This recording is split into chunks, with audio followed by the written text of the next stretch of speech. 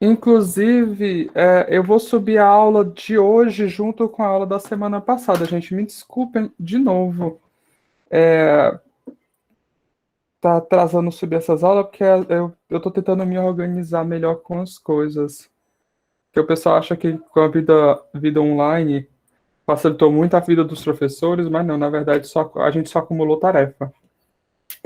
Quando eu era mais novo, eu trabalhava com minha mãe, em empresa, ela tinha um negócio de dizer assim, que a gente era promovido quando ela descobria que a gente aprendia a fazer alguma coisa. Só que aí a promoção dela era, na verdade, você simplesmente agora era responsável para fazer mais alguma coisa. Por exemplo, se ela soubesse que você era bom, por exemplo, lavar banheiro, você agora ia fazer, se você já varria a casa, você agora ia varrer a casa e lavar banheiro. Se ela descobrisse que você cozinhava bem, você ia lavar a casa, varrer a casa, lavar o banheiro e fazer a comida. Não, bonificação era o seu teto. Ora, mas menino. Isso eu tô falando de serviço doméstico, mas na verdade a gente tinha uma empresinha pequenininha de confecção e a gente trabalhava na confecção. Mas era a bonificação era muito obrigado, não fez nada mais que sua obrigação. Mas foi parte. O, ótimo. Então, assim, esse período digital está sendo para os professores meio complicado, porque, por exemplo, muitas coisas que a gente é obrigada, agora nem isso, levar um tapinha da tua mãe nas costas, mas a minha, quando dava um tapinha nas costas, você passava 3 dias tossindo. O... Então, assim, a gente só faz ter o acúmulo de tarefas, certo? E aí, tipo, na verdade, esse negócio, por exemplo, eu tenho 55 alunos nessa disciplina, que acho que agora baixou para 49. Tem uma outra disciplina com uma pancada de alunos. Nunca tive tanto aluno em tanta disciplina. Eu tive que dar mais disciplinas, eu estou dando mais disciplinas que nos outros semestres. Fora isso, eu tive que participar de banca de concurso, banca de não sei o quê, ainda tem conferência, porque a gente meio que tem que fazer essas coisas, porque senão. Bom, mas faz parte. Eu tô falando isso, mas eu sei que no fundo a culpa é minha. Eu deveria tentar ser mais organizado e focado com minhas coisas, mas faz parte da vida. Bom, então assim, essa semana eu vou divulgar as notas de vocês, até esse fim de semana eu pretendo. E aí eu queria fazer o seguinte, sexta-feira que vem a gente vai fazer uma provinha do conteúdo que será dado até essa aula. Por que que eu quero fazer essa provinha logo sexta-feira da semana que vem? Porque dá tempo eu fazer uma segunda chamada com tranquilidade, e aí no final do mês, um minutinho, Léo Matias, preenche o formulário depois que eu mandei no Siga para mim poder estar enviando o convite para você via Google Calendário, fica mais fácil até para você ficar entrando na sala sem ter que estar tendo minha permissão. Tá, Léo Matias? Eu vou chamar pelo nome agora. Bom, eu perdi o foco. Até por isso, porque eu perco um pouco do foco. Ah, lembrei. Porque aí dá tempo eu fazer a segunda chamada da prova de vocês a semana que vem. E eu queria muito fazer 3 provas para vocês, porque dado que são só duas, se forem só 2 provas, se vocês tiverem ido mal em uma prova, vai ficar muito mais difícil para vocês se recuperarem se forem somente 2 provas do que forem 3. Então eu prefiro fazer as 3 provas até para ajudar vocês.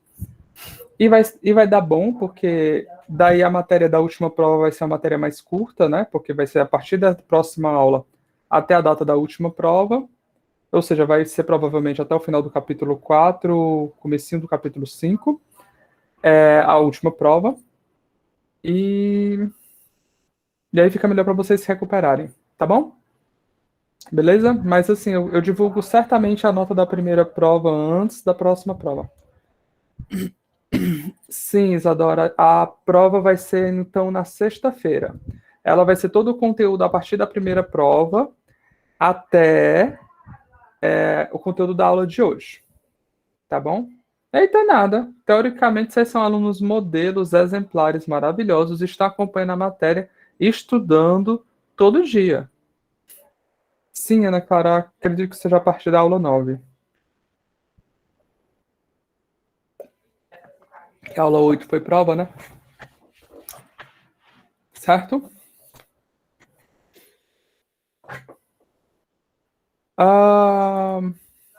Deixa eu olhar a data exata. Dia 13, que isso é a sexta-feira. Dia 14 é um sábado. Eu não me incomodo fazer prova no sábado, não. Aliás, eu não me incomodo de passar a prova no sábado, não. Porque quem vai fazer são vocês, né? Então, claro que eu não me incomodo.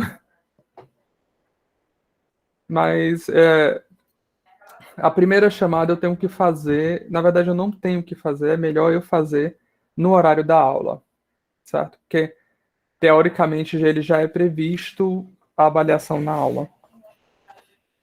Tá bom?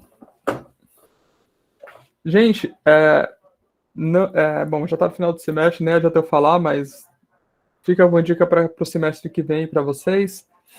Não deixem matéria acumular. O maior erro do estudante é subestimar a matéria. Deixem para subestimar as coisas quando vocês já se formarem. Que aí todo projeto de pesquisa, o primeiro passo é subestimar o projeto de pesquisa. É você dizer que aquele projeto é fácil e vai tomar pouco tempo. Daí ele toma 5 vezes o tempo que você achou que ele ia tomar. Certo? Já quando você é aluno, é complicado, porque você começa o semestre, por exemplo, eu até falei no começo dessa disciplina. Gente, as primeiras matérias dessa disciplina são matérias simples, que vocês já sabem. Então, não subestime, porque o raciocínio é construtivo.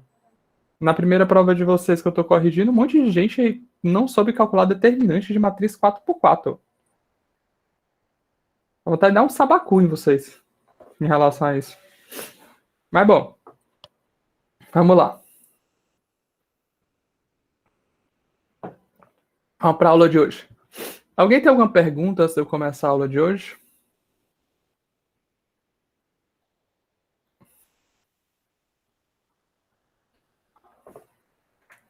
Posso seguir, né? Beleza. A aula de hoje é uma aula bem sussa, que é para finalizar o conteúdo da prova. A gente vai falar de bases e dimensão. Na aula passada a gente já definiu o que é uma base de um espaço vetorial. Vocês lembram o que é uma base de um espaço vetorial?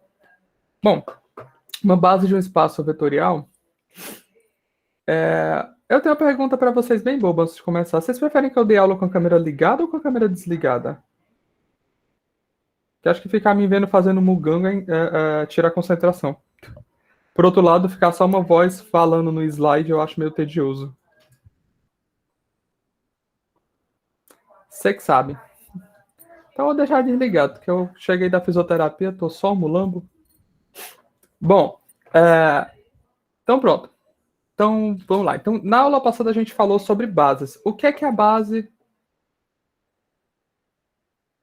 Ah, tá. O que é a base de um espaço vetorial? Então a gente tem um conjunto B. A gente diz que o conjunto B, que é um subconjunto de vetores desse nosso espaço vetorial, ele é uma base se duas condições acontecem. A primeira condição é esse conjunto é linearmente independente. E a segunda condição, se ele é uma base, obviamente eu tenho que dizer que o conjunto gerado por esse nosso conjunto, ele tem que ser igual ao nosso espaço vetorial todo. Então, o conjunto B, ele é dito uma base se somente se isso daqui acontece. E lembrando que a gente só está trabalhando com espaços vetoriais de dimensões finitas, tá bom? Então, hoje a gente vai estudar um pouquinho mais sobre o comportamento desse conjunto especial chamado base, tá bom? Então, vamos lá. Vamos olhar para esses conjuntos. O que esses conjuntos têm em comum? O que é que vocês acham?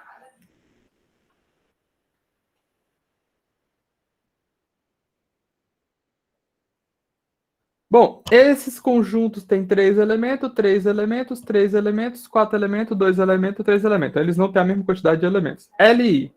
Esse cara aqui é LI, esse cara é LI, cheque em casa, mas esse cara aqui é LD. Então eles não são LIs. Bom, eles também não são todos LDs. Certo? Bom, será que todos eles geram R3? Esse cara gera o R3, esse cara gera R3, então esse cara é base, ou esse cara não gera o R3. Então esses caras não são base. Então, cara, eles não têm nada em comum, exceto que são todos vetores do R3. Bom, beleza. Mas, vá lá. Sumiu? Bom, e esses caras, o que é que eles têm em comum? Agora sim, o que o Gabriel falou cai dentro, que é esse cara que é LI, esse cara é LI, esse tem 2 vetores, mas é LI, esses têm 3 vetores e eles também são LI. Professor, como é que o senhor sabe que esses 3 caras são LI? Bom, a gente vai aprender umas técnicas nessa aula, mas se vocês exercitarem bem a questão de linearmente independente, vocês conseguem bater o olho e ver que são LIs. Aí na aula que vem eu vou estar dizendo assim, gente, na aula passada eu falei que aquele cara era LI, mas é LD. Não, mentira. Tá? Bom, mas ainda tem o problema. Esse cara que ele gera o R3, esse cara gera o R3, esse cara não gera o R3, e esse cara gera o R3. Bom, mas se eu ignorar esse cara aqui, que eu não sei porque aqui não me ajuda na transparência, esses 3 caras aqui, eles são LIs e eles geram R3. E eles têm 3 elementos. Ou seja, isso aqui é uma base, isso aqui é uma base e isso aqui é uma base. Em particular, todos esses conjuntos são bases e todas essas bases têm a mesma quantidade de elementos. Será que toda base do R3 tem exatamente 3 elementos? Professor, tem. Eu já sei isso desde que eu fazia a alfabetização. Que não é mais alfabetização, né? É outro nome. Não sei. Eu sei disso desde que eu aprendi a falar. Aquela meninazinha que fala palavras difíceis, eu fazia conta de matrizes. Pois é, isso que eu não fiquei famoso. Então, assim, será que isso é verdade para todo vetor em R3? Bom, aparentemente sim. Mas será que isso vale também para quando eu estiver falando de outros vetores? De outros conjuntos, espaços vetoriais? Bom, vamos pensar. É possível a gente obter 4 vetores no R3 que sejam linearmente independentes? Vamos tentar. Deixa eu abrir aqui o OpenBoard para responder essa pergunta dificílima, que é questão de prova. Mostre que os vetores são linearmente independentes. Então, vamos fazer o seguinte. Suponha, certo? Suponha que S, que é igual a V1, V2, V3 e V4, olha botando o I, e V4, ou seja, nossos 4 vetores, é subconjunto do R3, é linearmente independente. Certo? Bom, então a gente está interessado em estudar a seguinte situação, certo? Nós temos que, para mostrar que esse cara é linearmente independente, eu não vou nem supor. Eu vou mostrar para vocês que, independente de que conjunto é esse, ele é linearmente dependente. Então, ó, seja esse conjunto aqui, tá? Qualquer. Bom, então, o que é que eu tenho que fazer? A gente tem que estudar esse sistema aqui.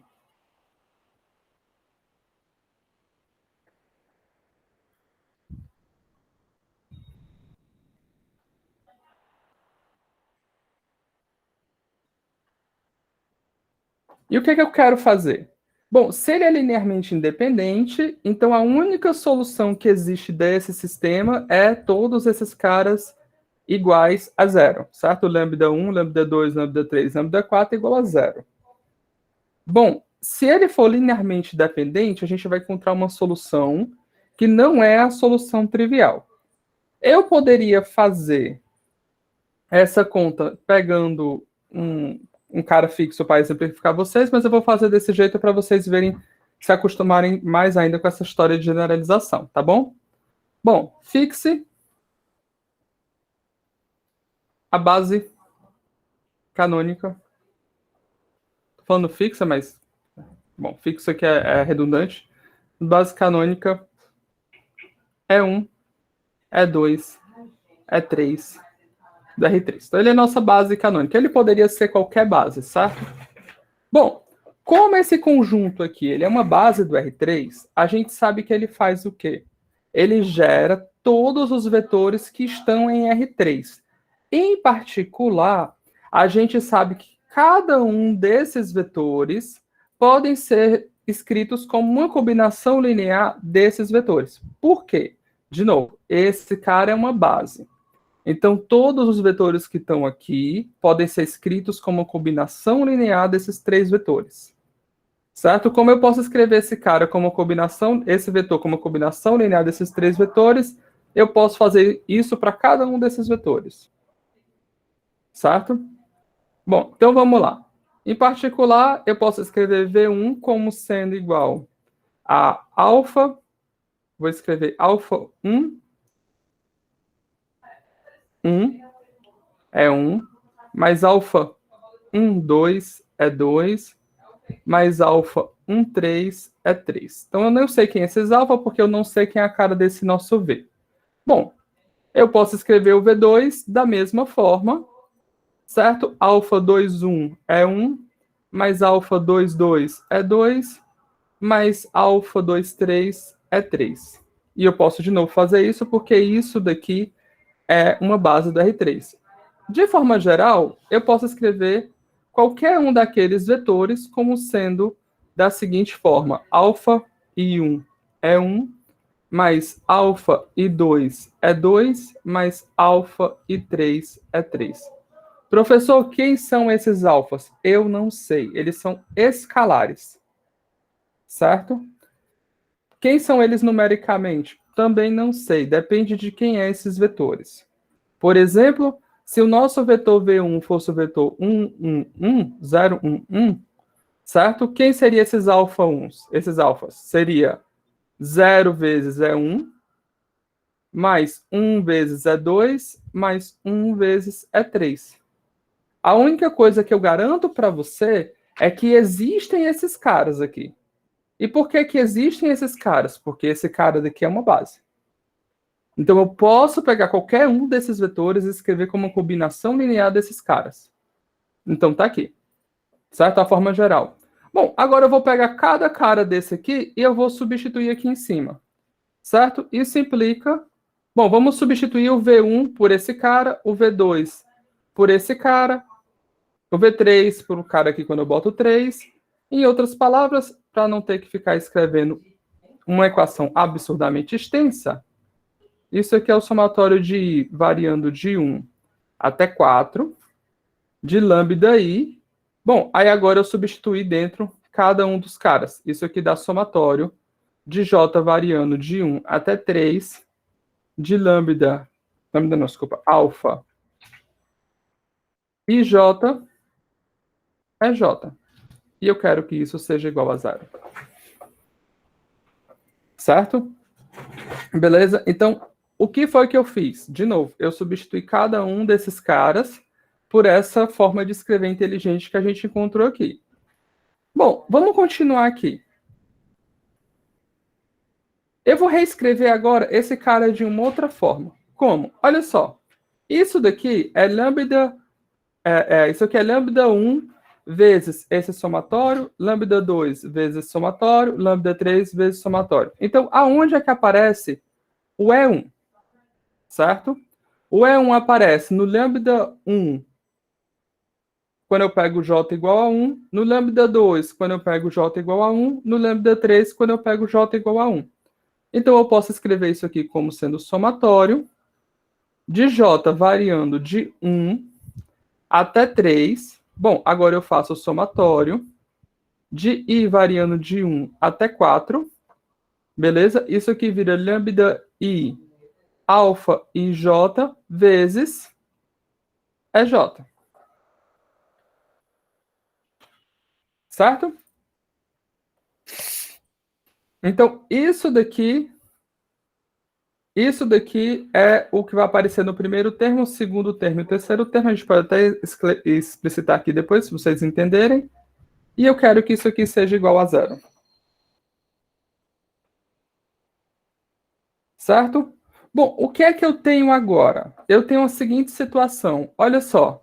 Eu vou escrever isso mais explícito agora, só para vocês entenderem. Isso aqui é o somatório de I variando de 1 até 4, de lambda I alfa I1 vezes E1, mais somatório de I variando de 1 até 4, alfa, lambda I, alfa e 2 é 2, mais somatório de I variando de 1 até 4, lambda I, alfa e 3 é 3.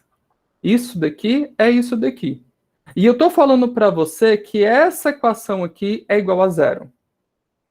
Bom, mas esse cara e esse cara são vetores linearmente independentes. Eles só são iguais a zero se esse cara aqui for igual a zero, esse cara aqui for igual a zero e esse cara aqui for igual a zero. Porque é linearmente independente esses vetores. Bom, assim como é 1, é 2 e é 3 é LI, temos a seguinte situação, que é somatório de I variando de 1 até 4, lambda I, alfa I 1 igual a zero. Somatório de I variando de 1 até 4, lambda I, alfa I 2 igual a zero. E somatório de I variando de 1 até 4, lambda I, alfa I 3 igual a zero. Então, lembrando o que a gente está querendo fazer. Eu fiz tudo isso porque a gente está estudando essa equação. Eu quero encontrar lambdas 1, 2, 3 e 4, no qual essa equação é igual a zero. Se eu conseguir argumentar que só tem a solução trivial, então é porque esse vetor é linearmente independente. Só que olha aqui a seguinte situação. Eu reescrevi esses 4 vetores em função de uma base conhecida do R3. Isso nos forneceu esse sistema linear homogêneo, no qual agora as minhas variáveis são quem? Os lambdas I, que são os caras que eu estou estudando.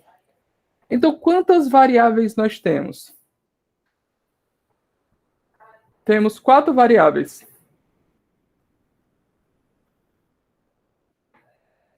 Variáveis foi da peste. Temos 4 variáveis, certo? E quantas equações nós temos? E 3 equações. Sistema linear homogêneo com mais variáveis do que equações implica o quê? Certo? Então, existem infinitos valores. Lambda 1, lambda 4, tais que lambda 1, V1 mais lambda 2, V2 mais lambda 3, V3 mais lambda 4, V4, isso aqui seja igual a zero. Então, essa equação aqui implica para a gente que existem infinitos valores tal que isso aqui seja igual a zero. Logo, S é LD.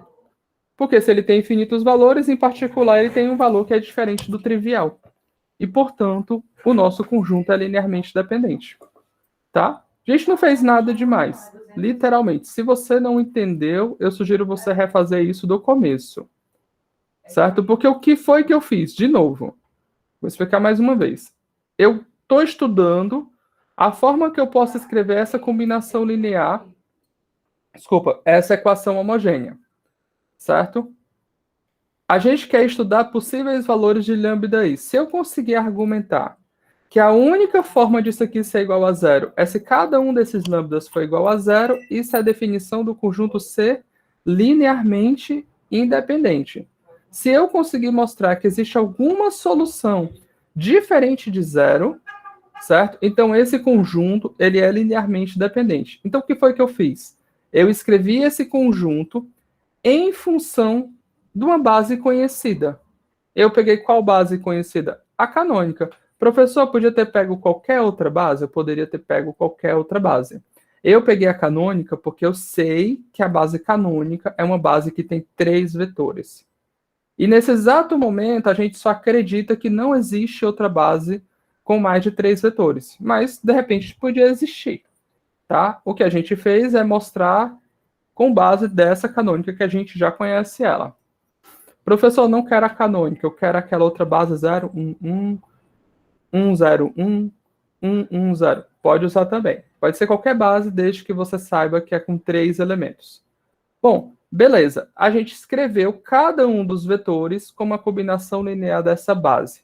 Por que é que eu posso escrever? Porque é uma base, certo? Beleza. Uma vez que eu escrevi, eu voltei nessa equação, substituí cada VI pela sua versão escrita como combinação linear dos elementos dessa base, e aí eu obtive essa nova equação homogênea. Bom, só que agora essa equação homogênea, ela está escrita em cima dos nossos vetores EIs. E a gente sabe que ele é uma base. E se ele é uma base, ele é linearmente independente. E se ele é linearmente independente, a única forma disso daqui ser zero é se cada um desses coeficientes aqui forem zero. Bom, mas aí agora, de novo, eu estou fazendo um estudo em cima do lambda i, certo? Se eu sei que cada um desses caras aqui tem que ser igual a zero, eu tenho quantas variáveis? 4. Porque nossa variável são os lambdas i's. E eu tenho quantas equações? 3. Então, se eu tenho mais variáveis do que equações no sistema linear homogêneo, então o nosso sistema tem infinitas soluções. Logo, se ele tem infinitas soluções, ele tem pelo menos uma que não é a trivial. E, portanto, o nosso sistema é linearmente dependente. Beleza? Se alguém tiver alguma dúvida, pode perguntar. Vamos voltar para lá. Então, não é possível obter 4 vetores no R3 que seja linearmente independente. Se você observar aqui, eu simplesmente supus o mais aleatório possível, sem pensar quem é esses caras. Eu poderia ter olhado de cara e já ter dito para vocês. Mas, de repente, eu só não fui inteligente o suficiente para fazer a escolha certa. Certo? Então, não é possível. Certo? Bom, então vamos ao próximo passo. Será que é possível a gente gerar, certo? Será que é possível a gente gerar o R3 inteiro utilizando somente 2 vetores? Certo? Bom, eu vou deixar essa parte como exercício para vocês. Mas a ideia de responder essa pergunta, a resposta daqui é não, certo? É bem similar a essa prova que a gente acabou de fazer aqui, tá? A diferença é que se o nosso conjunto só tem 2 vetores, eu vou usar, e ele gera, por suposição, a nossa base, eu vou supor que esses 2 vetores podem escrever todos os elementos da base como combinação deles, porque esses elementos da base também estão no nosso conjunto, certo? Da,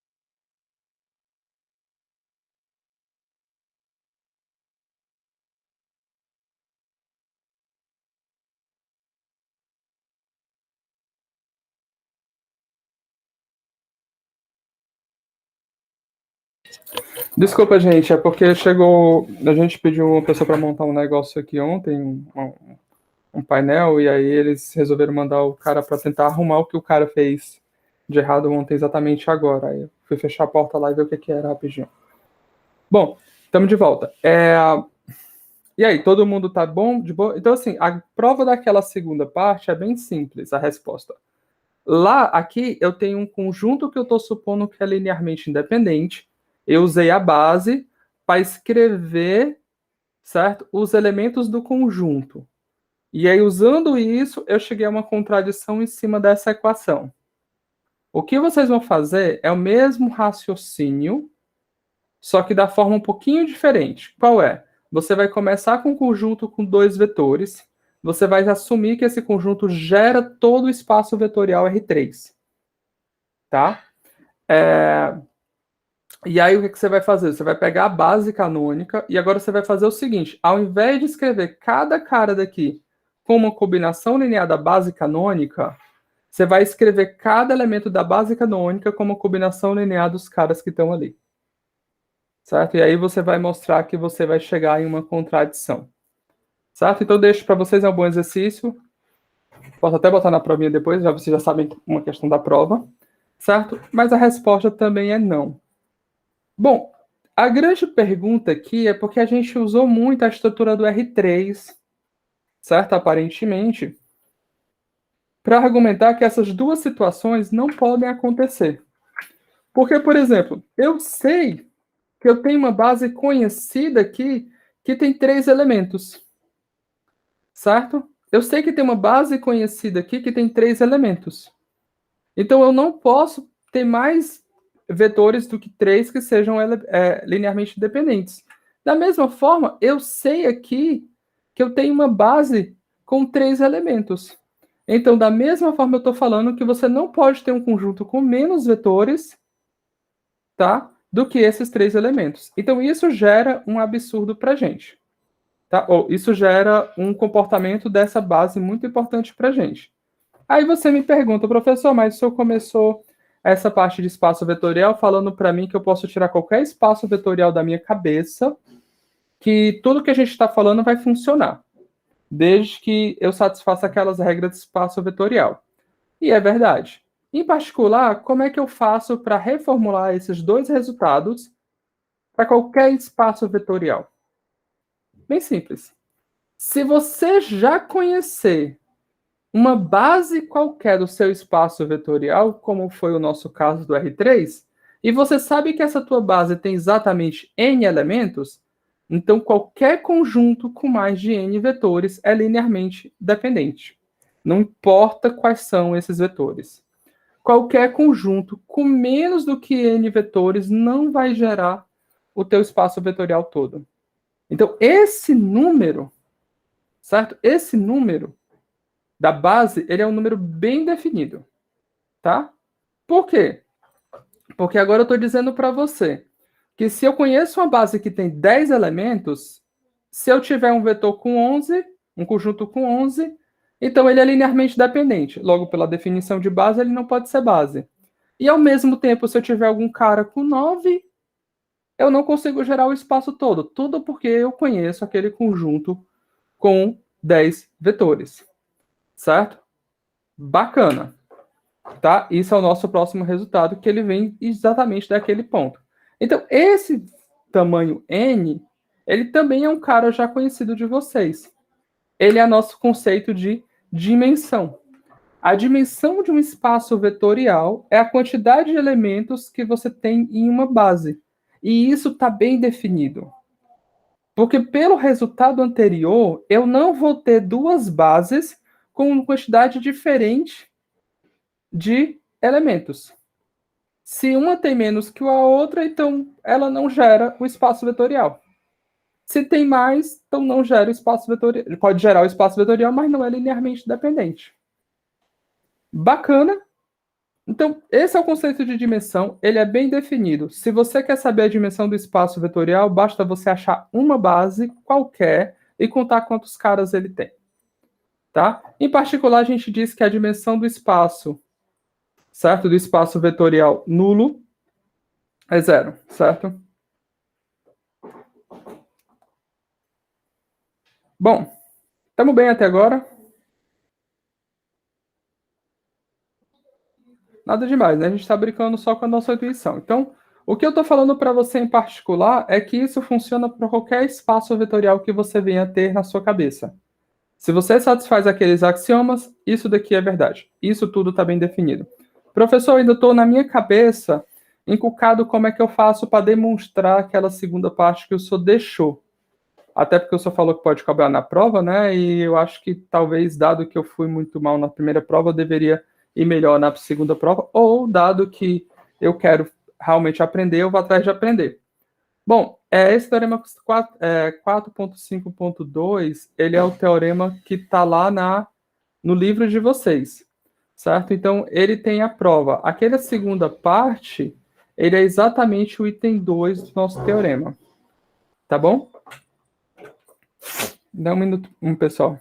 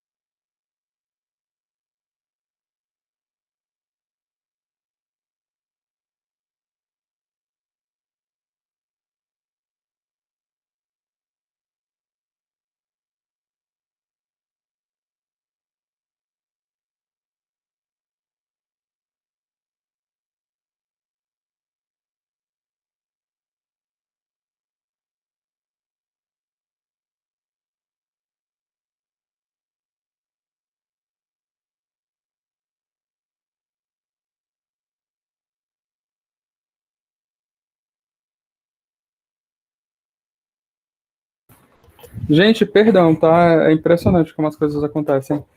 Bom, então vamos dar continuidade. Já já vou ter que pausar, porque ele vai ter que fazer um buracão ali. Aí eu vou pausar só enquanto ele fura, tá? Então, mais ou mais, vamos indo aqui, tá?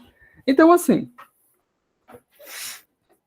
esse resultado fornece para a gente exatamente a boa definição de espaço vetorial finito, tá? O conceito de dimensão, tá? Beleza? Então, isso funciona para qualquer espaço vetorial, independente do espaço vetorial que você esteja trabalhando, certo? Então, vamos lá fazer alguns exemplos. Bom, vamos lá. Qual é a dimensão desse primeiro espaço vetorial?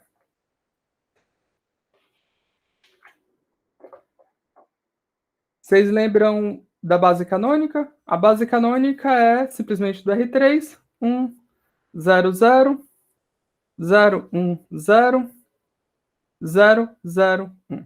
Então, esses três vetores, a gente já viu que eles são linearmente independentes e a gente já viu que eles geram o R3, certo? Logo, a dimensão desse espaço é 3. Da mesma forma, a gente já viu que os vetores canônicos dessa base são n vetores e eles geram o Rn. Logo, a dimensão desse espaço vetorial é n. E desse espaço vetorial, que é o conjunto de todas as matrizes com m linhas e n colunas? Bom, vamos voltar só para a gente relembrar nossa base canônica. Eu vou escrever o caso particular delas, que é o caso m igual a n igual a 2, tá? Então, eu tenho simplesmente o quê? Quem é a base canônica desse espaço? É essa matriz, essa matriz, essa matriz e, por fim, essa matriz. Então, esse aqui é a base canônica desse espaço vetorial. Qualquer matriz de tamanho 2 por 2 pode ser escrito dessa forma. Quantas matrizes eu tenho? 1, 2, 3, 4. Por que que são 4? Porque eu escrevi 1 apenas em cada uma das possíveis posições da matriz. E quantas possíveis posições a matriz tem? M vezes N. Certo? Então, a dimensão desse espaço da matriz é M vezes N. Bom, vamos ver se vocês manjaram como é que funciona aqui o nosso Paranauê. Qual é a dimensão desse espaço Pn?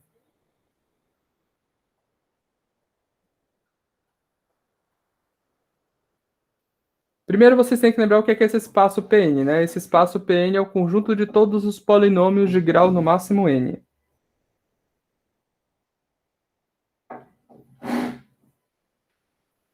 Certo?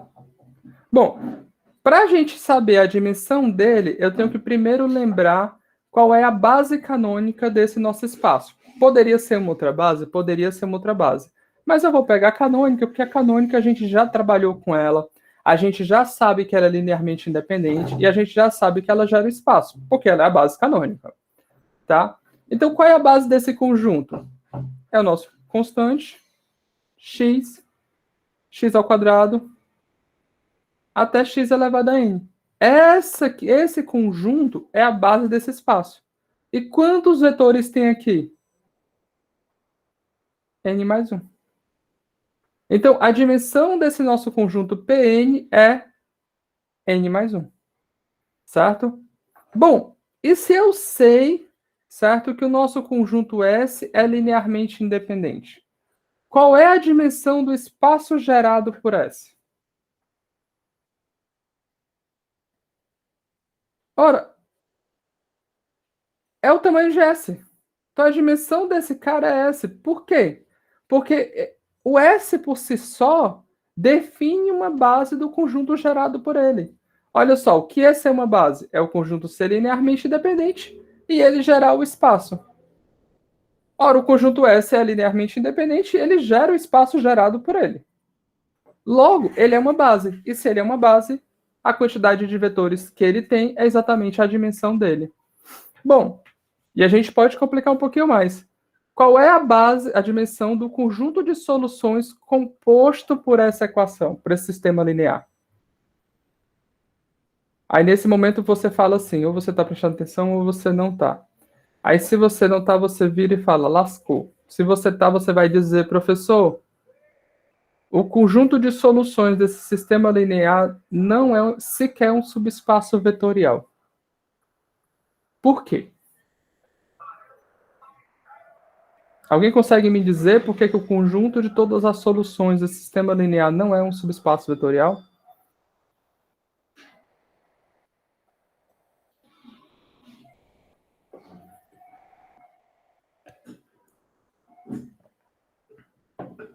Esse tipo de coisa tem que saltar aos olhos de vocês. Para ser um subespaço vetorial, posso, claro. Eu estou querendo calcular a dimensão desse espaço, desse subespaço ou desse espaço vetorial, que é o conjunto de todas as soluções desse cara. Só que aí eu acabei de falar para você, olha, na verdade, isso aqui é uma pegadinha. Por que é uma pegadinha? Porque, na verdade, esse cara que está aqui, ele sequer é um subespaço ou um espaço vetorial. Por que ele não é um subespaço ou um espaço vetorial? Por que eu só olhando já sei que ele não é? O conjunto de todas as soluções desse sistema linear não é um subespaço vetorial. Um subespaço.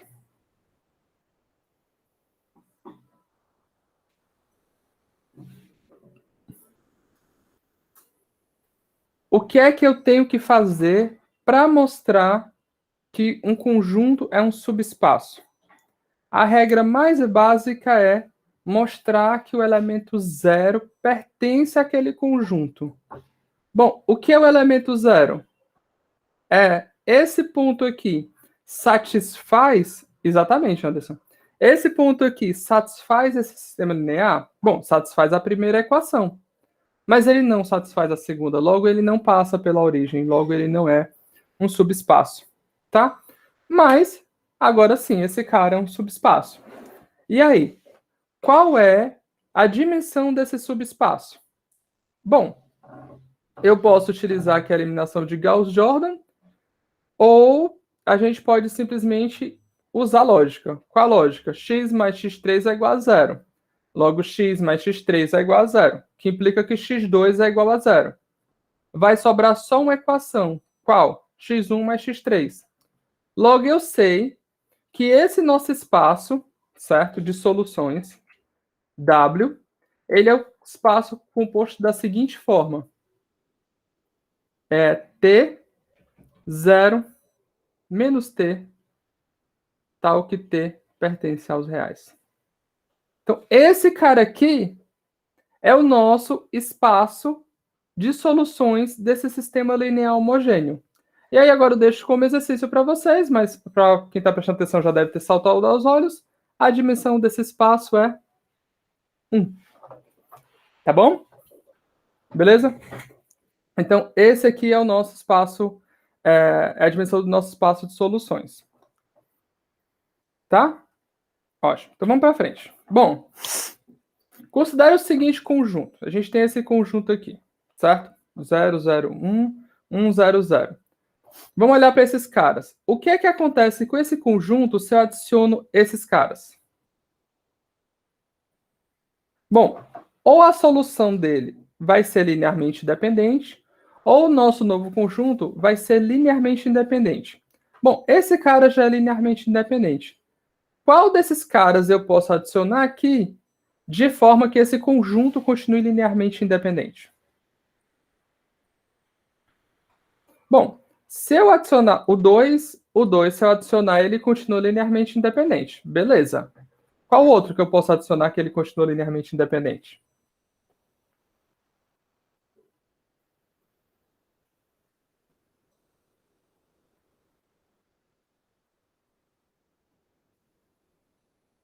O 4. O 4 também é linearmente independente. Beleza, eu posso adicionar o 4 e ele continua linearmente independente. E aí, tem mais algum?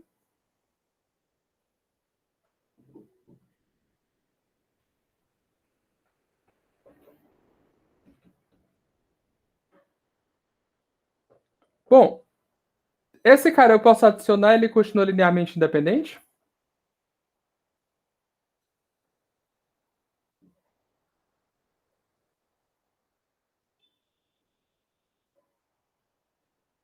Certo, um não pode porque ele é a soma dos outros dois. Beleza. E o 3 pode?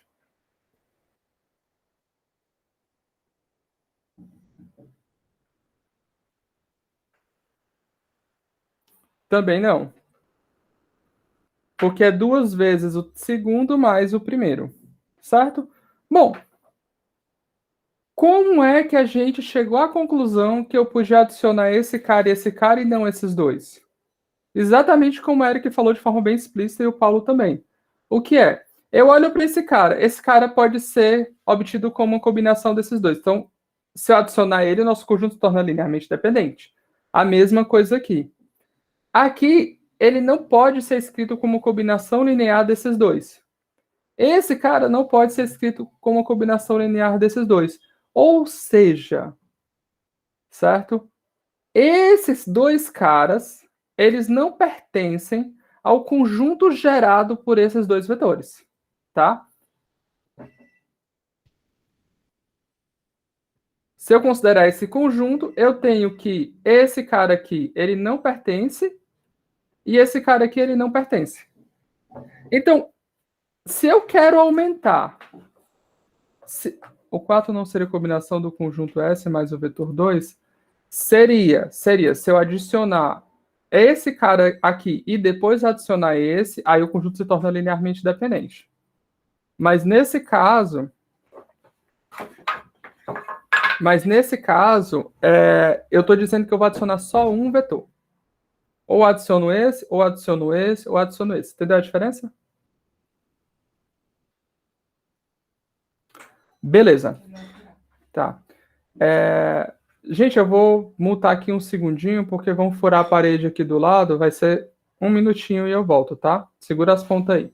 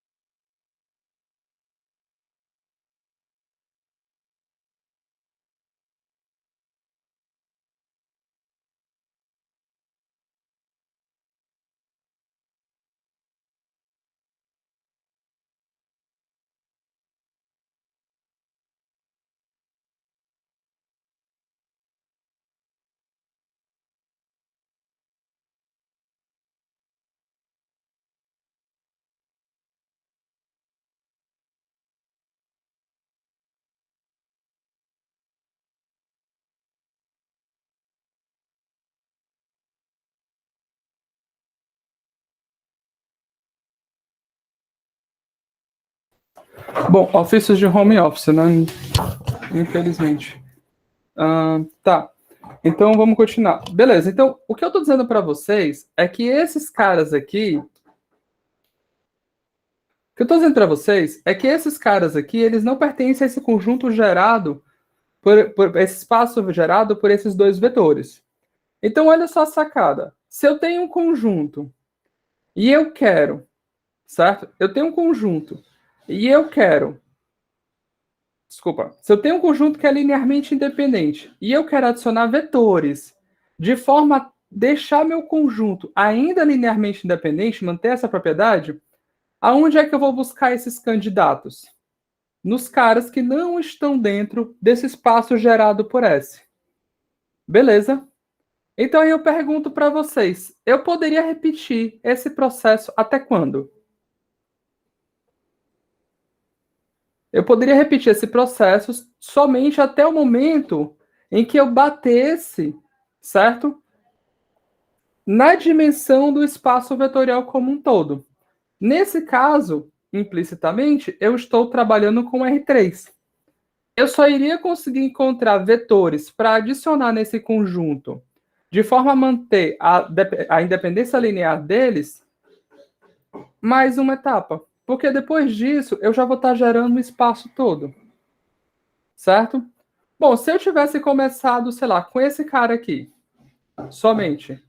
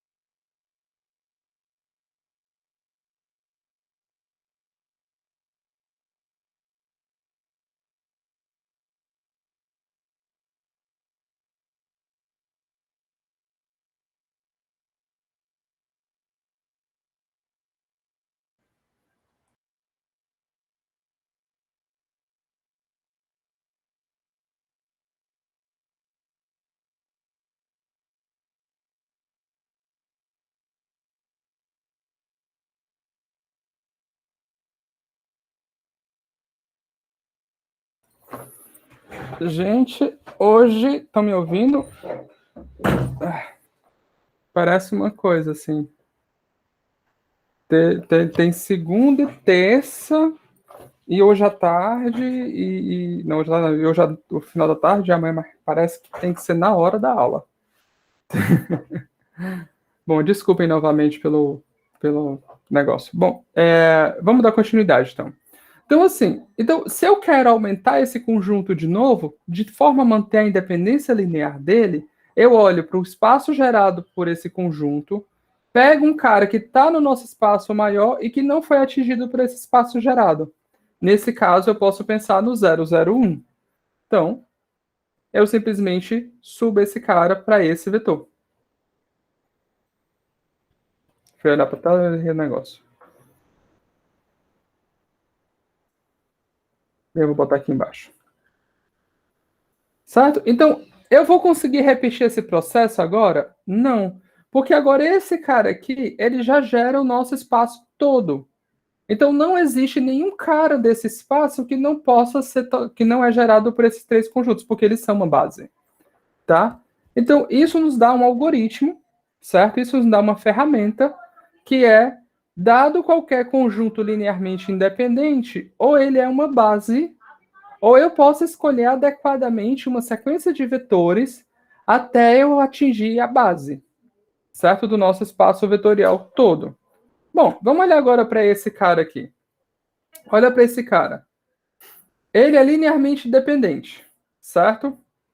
Desculpa, ele é linearmente dependente, porque ele gera o espaço todo, ele tem 4 vetores, tá? Ele gera o espaço todo, gera. Esses 3 vetores aqui já geram o espaço todo, e ele tem 4 vetores. Bom, ele é linearmente dependente, porque ele tem mais vetores do que a dimensão do nosso espaço.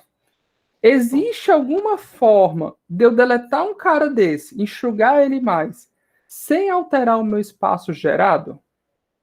É muito simples. Olha para esses caras. Esses caras aqui, eles já geram o espaço todo. Em particular, eu posso escrever esse primeiro vetor como sendo uma combinação linear desses três. Ou seja, se eu remover esse cara do nosso conjunto, o espaço gerado por esse novo conjunto continua sendo R3. Eu não altero o espaço vetorial. Bom, professor, mas eu não quero deletar 1, 2, 3, 4. Eu quero deletar esse vetor aqui. Pode deletar também, porque eu posso escrever esse vetor como sendo a combinação linear desse, desse e desse. Ah, professor, não quero esse. Eu quero deletar esse primeiro cara aqui. Beleza. Esse cara aqui pode ser escrito com combinação linear desse, desse e desse. Certo? Então, o importante é você deletar um vetor que pode ser escrito como combinação linear dos demais.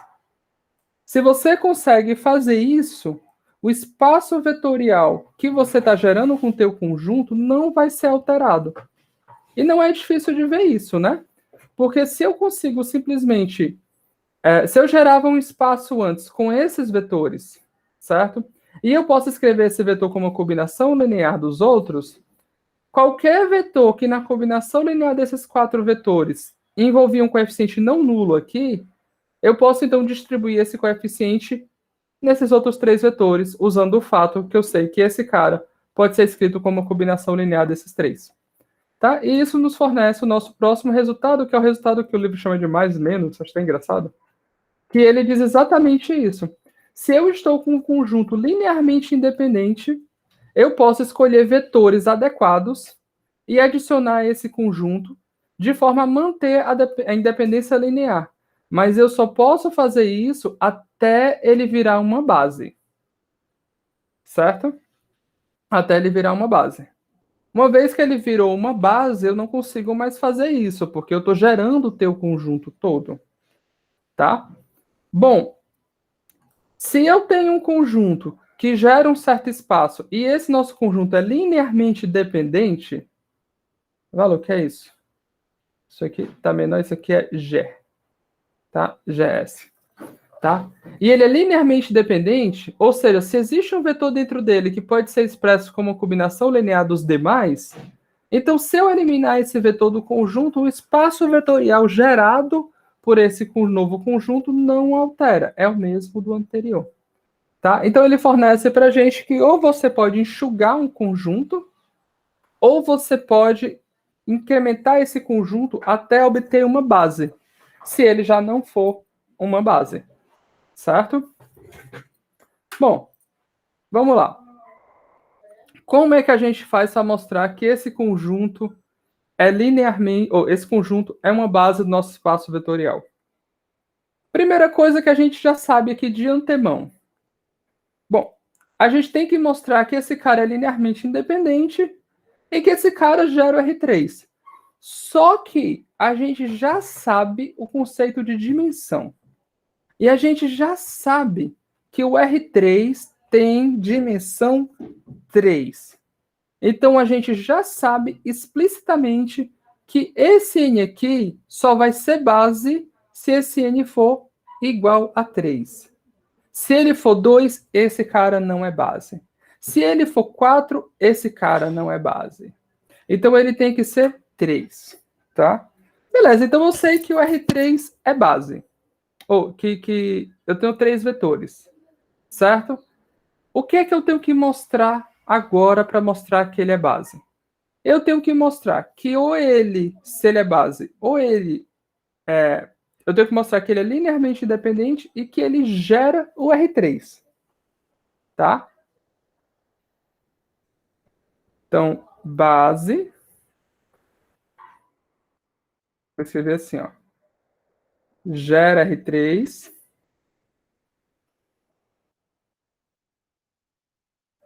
E aqui eu vou escrever é linearmente independente. E essas duas condições implicam que ele é base. Tá? Bom, vamos lá. Vamos argumentar primeiro. Suponha que esse cara daqui ele é linearmente independente. Certo? Então, eu tenho 3 vetores que é linearmente independente. Certo? Será que só o fato dele ser linearmente independente é o suficiente para me argumentar que ele já é base? Tá? Vamos ver. Suponha que S é LI.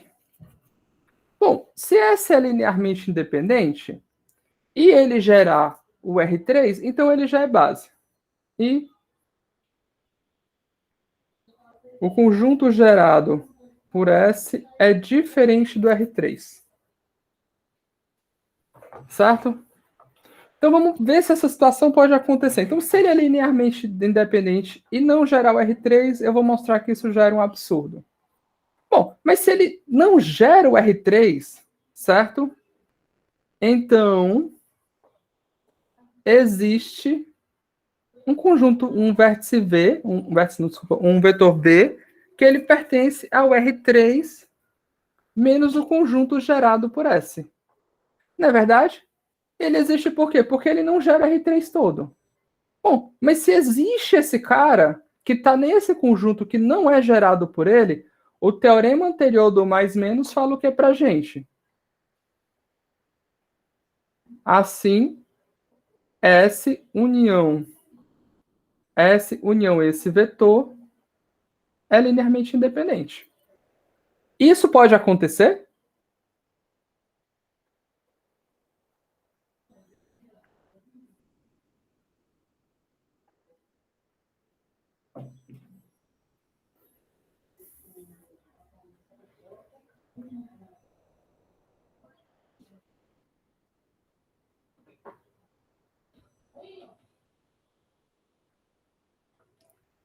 Isso não pode acontecer.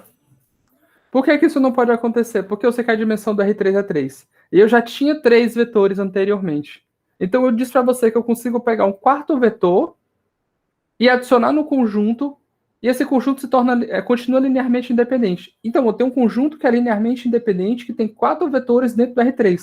Absurdo.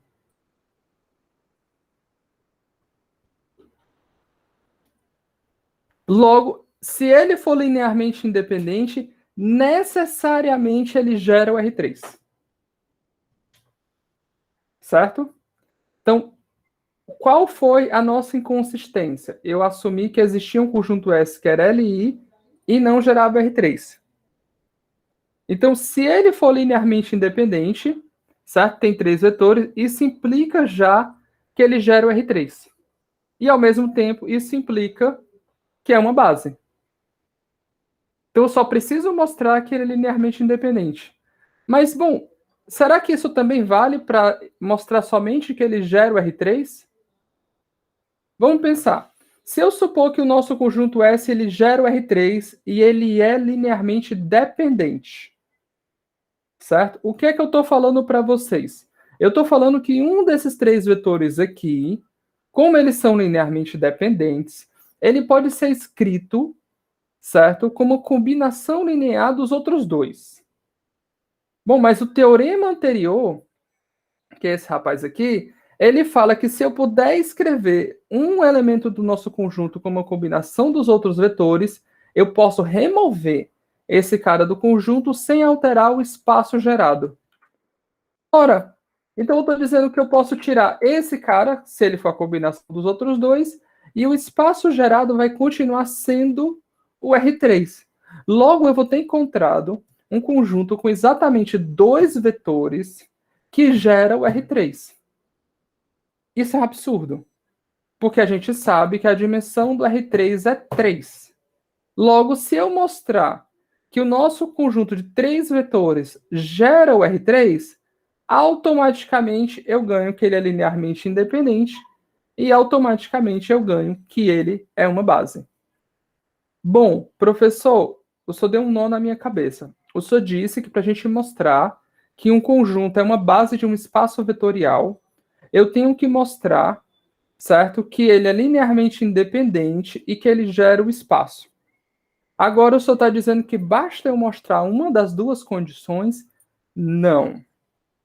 Eu estou dizendo que se o teu conjunto tem exatamente a mesma quantidade de vetores do que a dimensão do teu espaço, aí sim, basta você mostrar uma das duas condições.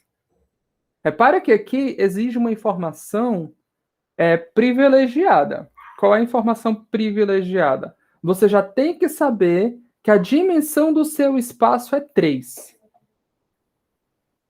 Ou seja, se você está trabalhando com espaço vetorial que você sequer sabe a dimensão, não é suficiente mostrar só uma das duas condições.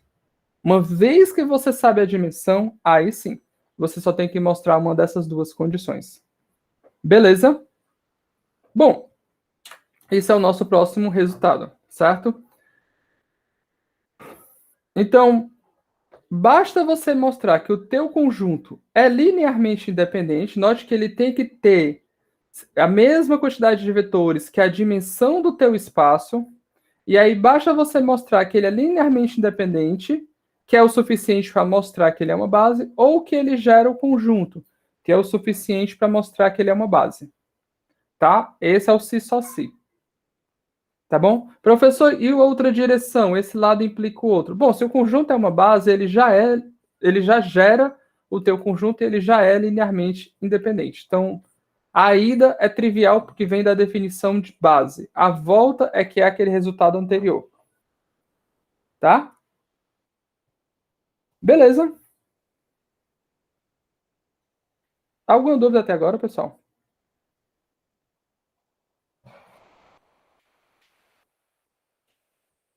Bom, vamos dar continuidade então.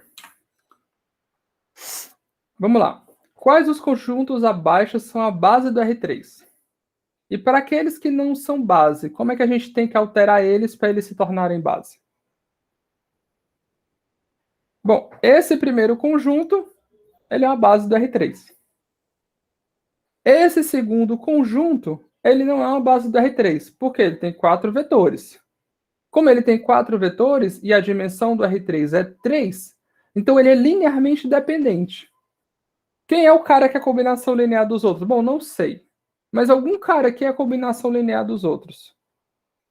Bom, mas eu encontro quem é esse cara e eu posso eliminar ele. Quando eu eliminar ele, o espaço gerado por esse conjunto todo não vai se alterar. Bom, mas olha originalmente, quem é o espaço gerado por esse conjunto todo? É o próprio R3. Porque eu sei que esse cara, esse cara e esse cara são linearmente independentes. Retira 1, 2, 3. Pode ser. Você retira 1, 2, 3, você vai obter um cara que tem 3 conjuntos linearmente independentes. Ou 3 vetores linearmente independentes. Logo, esse cara tem que gerar o R3. Beleza. Olha só agora para essa próxima condição. Eu tenho que esse cara e esse cara são linearmente independentes. Logo, eles não geram R3 todo, porque ele só tem 2 vetores. Então eu vou lá, pego um vetor que não toca neles, certo? Que eles não geram. Nesse caso, um bem trivial é o 0, 0, 1. E adiciono esse conjunto. Agora eu tenho 3 vetores linearmente independentes. E pelo resultado anterior, logo eles são uma base. Beleza, então eu atingi o 3. Nesse caso, esse número mágico, eu já sei que é uma base. Professor, e se eu tivesse a seguinte situação? 0, 1, 1, 0, 1, 0, por exemplo. 0, 2, 1, 0, sei lá, 3, 1. E agora, o que é que eu faço? Eu quero transformar esse conjunto por um processo em uma base do R3. Bom, primeira pergunta. Esse cara gera o R3? Ele não gera o R3. Por que ele não gera o R3? Porque eu escrevi propositalmente esse cara como sendo a soma desse e desse, e esse cara como sendo 2 vezes esse, mais esse. Então, o que é que eu faço? Primeiro, eu vou enxugar esse conjunto para obter um subconjunto dele linearmente independente. Então, o que é que eu vou fazer? Eu vou repetir o nosso algoritmo de eliminação até eu não poder eliminar mais nenhum cara, certo? Sem alterar o espaço gerado. Então, eu começo. Eu vou eliminar esse cara, porque esse cara é combinação linear dos outros 3, em particular desses 2.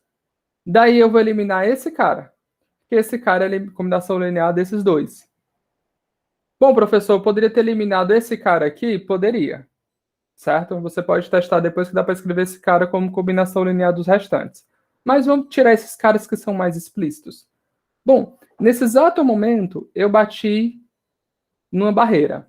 Qual é a barreira? Eu não consigo mais eliminar nenhum desses 2 caras, porque eles são linearmente independentes. Só que eles não geram R3. Então, eu vou lá no conjunto de vetores que eles não geram e eu adiciono a esse conjunto um vetor que ele não gera. Nesse caso, 1, 0, 0 é um candidato. Podia ter sido 2, 0, 0? Podia. Podia ter sido 10, 10, 10? Podia. Podia ter sido 1000, 1000, 1000? Podia. Poderia ter sido menos 1, 1, 1? Poderia. O importante era pegar um vetor que não fosse gerado por esses 2. E aí eu jogo aqui dentro.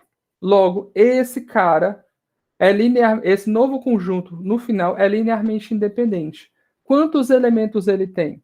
3.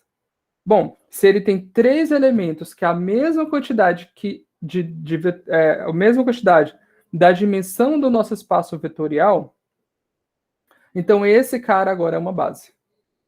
Certo? Então, você pode sair fazendo isso. Em geral, na verdade, pessoal, em diversos momentos, quando vocês estão pesquisando, trabalhando, estudando, é isso que vai acontecer. Você vai ganhar uma quantidade absurda de vetores, e aí você está trabalhando com eles, e analisar cada um deles vai dar muito trabalho por gastar muito tempo. Então, o que é que você nota? Você repara que, de repente, aquele conjunto inteiro ele tem uma dimensão bem picotutinha.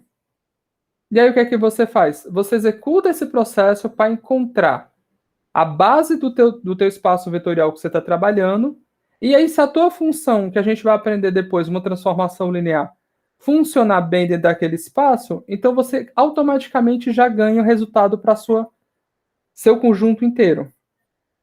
De novo, você pode estar trabalhando com uma situação em que você tem, sei lá, 1 milhão de vetores e de repente o teu espaço tem dimensão 2 e a tua função é bem comportada. A gente vai aprender o que significa bem comportado depois.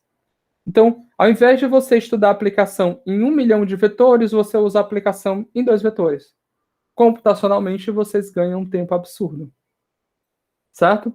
Então, essa é a estratégia. E esse é o nosso último resultado. A gente pode simplesmente estender, certo? A gente pode simplesmente adaptar qualquer conjunto, certo? Seguindo um processo, a uma base do teu espaço vetorial. Esse resultado, basicamente, ele dá as 2 iterações. Primeiro, se o teu conjunto originalmente já gera o teu espaço, certo? E ele não for uma base, a gente pode remover elementos até obter uma base. E se o teu conjunto for linearmente independente e não for uma base, você pode adicionar vetores até obter uma base. A prova desse teorema é tudo que a gente acabou de discutir. O que vocês têm que reparar é que esse teorema funciona para qualquer conjunto, para qualquer espaço vetorial. Vocês podem fazer o teste. Isso funciona para o espaço de matrizes, espaços de polinômios, espaço das sequências de Fibonacci. Isso funciona qualquer espaço vetorial. Quer dizer, talvez de Fibonacci não, mas funciona, tá, gente? Mas é porque vai trabalhar com outro tipo de dimensão que não é o foco da disciplina. Mas qualquer espaço vetorial de dimensão finita, isso daí é verdade. Tá bom? Alguém tem alguma dúvida?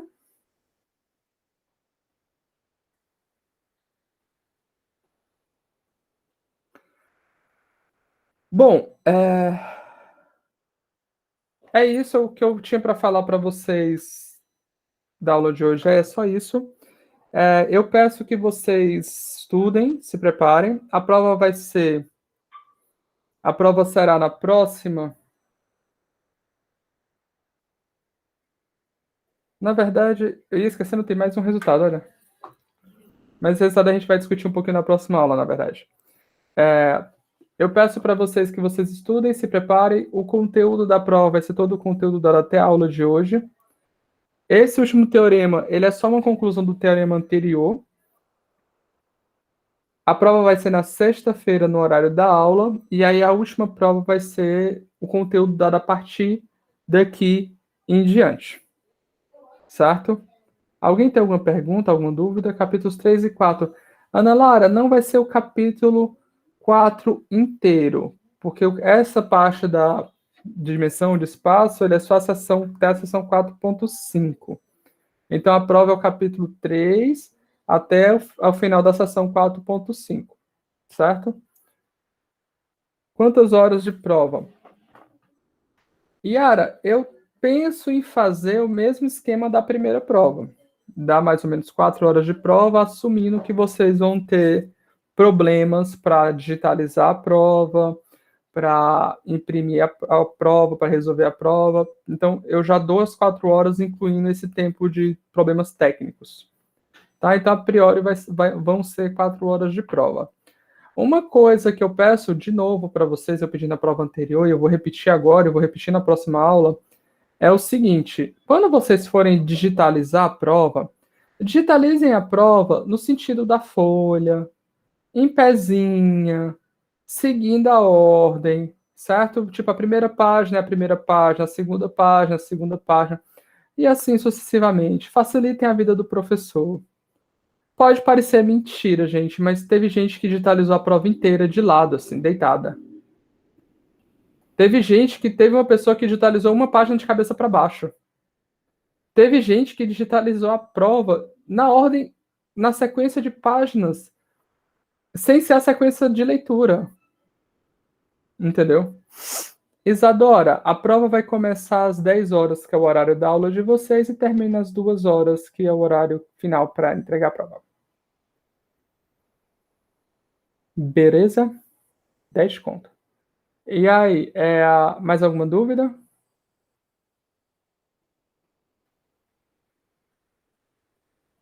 Alguém tem mais alguma pergunta? Bom, é isso. Eu espero realmente do fundo do coração que antes de segunda-feira eu vou estar com as notas de vocês, tá? Então, até lá eu divulgo a nota de vocês, mas se vocês vão fazer a segunda prova, com certeza da nota da primeira prova.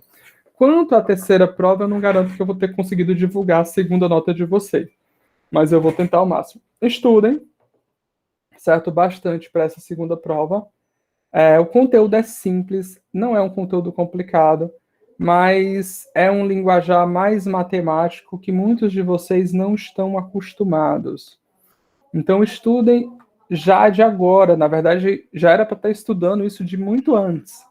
Mas quem não está estudando, que não adianta me enganar, que eu sei que tem um bocado que não está, já estudem de agora, porque aprender uma língua nova, certo? Não aprende da noite para o dia.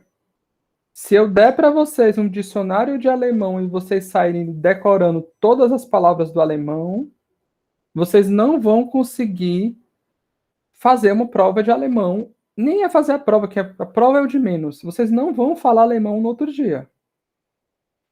Requer tentativa, requer errar, requer você fazer um negócio, chegar no final, se desesperar e não saber. Eu só lembro de algumas coisas também. Requer você praticar, requer você errar, requer você ficar com raiva, requer você ficar frustrado, requer você sentir. Infelizmente, o processo de aprendizagem funciona assim. Funciona você dizer, isso eu vou entender porque eu vou superestimar, você se superestima, e aí você percebe que é mais difícil do que você pensava, e aí vai. É a próxima, gente, não é nessa sexta agora não. Tá? Então, assim, vão, estudem, tentem, vocês vão ver que vocês vão errar, e tá tudo bem. Infelizmente, eu adoraria poder ter um outro método de avaliação com vocês que não fosse em prova. Mas nem vocês são pessoas confiáveis, nem eu tenho tempo para fazer a avaliação individual de cada um. E antes que se ofendam, quando eu falo pessoas confiáveis, eu não me estou referindo a uma pessoa específica, eu estou me referindo a trabalhar com muita gente. Você não pode simplesmente esperar que todos, ou pelo menos que a grande maioria, siga o processo da forma correta. Ainda mais porque a gente cisma em tentar sempre encontrar a forma mais fácil de resolver tudo. E às vezes a forma mais fácil é não a forma correta. Tá bom? Que nem calcular determinante. Eu pedi para vocês aprenderem a calcular determinante conforme eu expliquei na sala de aula. Eu conto nos dedos os alunos que calcularam os determinantes seguindo as técnicas que foram ensinadas na sala de aula. Muitos calcularam determinante usando técnicas que eu nunca nem vi, e a grande maioria delas erradas. Certo? Que só funcionam até de matrizes 3x3. Ou seja, porque era mais fácil aplicar o determinante que eu já estudei no ensino médio do que aprender uma nova técnica para poder aplicar o determinante. Tá bom? Bom, é isso, pessoal. Desculpem um pequeno sermão. Até sexta-feira. Me perdoe pelas confusões nessa sala, na aula de hoje, mas, bom, home office, o que é que eu posso fazer, infelizmente. Abração para vocês, vou parar a gravação. Quem quiser tirar alguma dúvida que não queria que ficasse gravado, pode ficar à vontade.